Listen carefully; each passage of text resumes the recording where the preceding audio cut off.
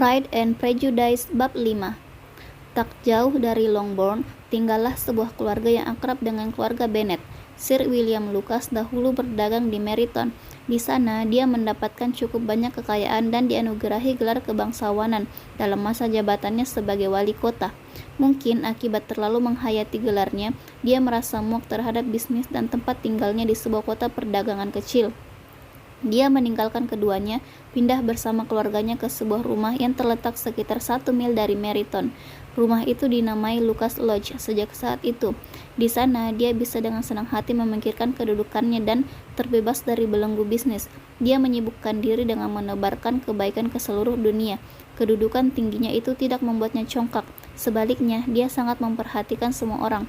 Terlahir sebagai seorang yang lemah, lembut, ramah, dan baik hati, kehadirannya di St. James justru membuatnya semakin bersahaja. Lady Lucas adalah seorang wanita yang sangat baik, meskipun tidak cukup cerdik untuk menjadi tetangga yang sepadan bagi Mrs. Bennet. Mereka memiliki beberapa anak. Putri sulung mereka, seorang wanita muda berumur sekitar 27 tahun yang bijaksana dan pintar, adalah sahabat karib Elizabeth. Gadis-gadis Lucas merasa perlu bertemu dengan gadis-gadis Bennet untuk membahas tentang pesta dansa. Maka keesokan paginya, gadis-gadis Lucas pun mendatangi Longbourn untuk saling bertukar pendapat. "Kau memulai malam dengan baik, Charlotte," kata Mrs. Bennet dengan sopan kepada Miss Lucas. "Kau menjadi pilihan pertama Mr. Bingley."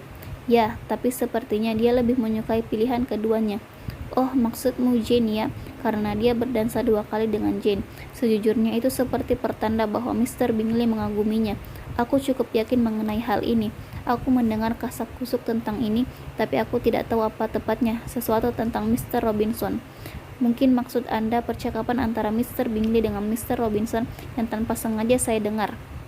Apa saya belum menceritakannya kepada Anda? Mr. Robinson menanyakan pendapat Mr. Bingley tentang pertemuan warga Meryton, dan apakah menurutnya ada banyak wanita cantik di ruang dansa kita, dan siapa menurutnya yang paling cantik. Dia langsung menjawab pertanyaan yang terakhir. "Oh, Miss Bennet yang sulung, itu sudah pasti dan tidak diragukan lagi."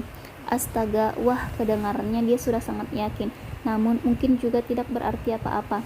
"Isi pembicaraan yang kudengar lebih bagus daripada yang kau dengar, Elisa," kata Charlotte.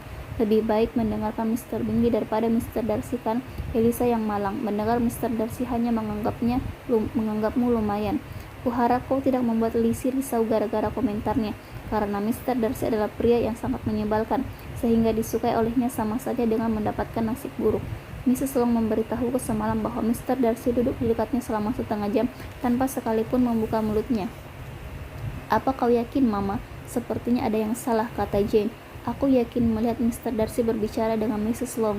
"Ya, karena Mrs. Long akhirnya menanyakan apakah dia menyukai Netherfield, dan mau tidak mau, dia harus menjawab. Tapi kata Mrs. Long, dia sepertinya marah karena diajak bicara." "Miss Bingley memberitahuku," kata Jane, "bahwa dia memang tidak banyak bicara, kecuali di antara teman-teman dekatnya. Bagi mereka, dia sangat menyenangkan." "Aku sama sekali tidak percaya itu, sayangku. Kalau dia memang menyenangkan, tentu dia akan berbicara dengan Mrs. Long. Tapi aku bisa menebak apa yang sesungguhnya terjadi. Semua orang mengatakan bahwa dia sangat angkuh, dan aku yakin dia, entah bagaimana, telah mendengar bahwa Mrs. Long tidak memiliki kereta dan menghadiri pesta dansa dengan gerobak." "Tidak masalah kalau dia mendiamkan Mrs. Long," kata Miss Lucas, "tapi aku berharap dia mau berdansa dengan Elisa." "Lain kali, Lizzie," kata ibunya, "aku tidak akan mau berdansa dengannya kalau aku menjadi dirimu." "Aku berani berjanji, aku tidak akan pernah berdansa dengannya, Mama." "Keangkuhannya," kata Miss Lucas, "tidak membuatku tersinggung seperti layaknya keangkuhan orang lain, karena dia punya alasan untuk bersikap angkuh. Tidak ada yang bisa menyalahkan kalau seorang pria yang sangat tampan, yang berasal dari keluarga terhormat, kaya raya, dan memiliki segalanya, menganggap tinggi dirinya sendiri. Kalau aku boleh berpendapat, dia memiliki hak untuk bersikap angkuh." "Itu benar sekali," jawab Elizabeth, "dan aku bisa dengan mudah memaafkan keangkuhannya, seandainya dia tidak menghinaku." "Keangkuhan," timpal Mary yang sebelumnya dia merenung, "menurutku adalah sifat buruk yang umum ditemukan. Dari semua yang telah kubaca, aku yakin bahwa sifat itu sangat umum. Manusia rentan terhadap keangkuhan, dan hanya segelintir orang yang tidak merasakan dirinya lebih unggul dalam beberapa hal dibandingkan dengan orang lain, baik secara terang-terangan maupun diam-diam. Kesombongan dan keangkuhan adalah hal berbeda, meskipun kedua kata itu kerap dianggap sama.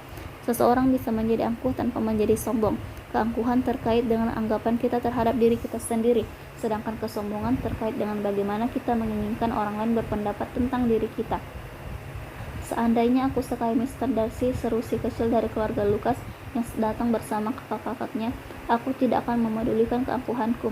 Aku akan memelihara sekawanan rubah dan minum sebotol anggur setiap hari.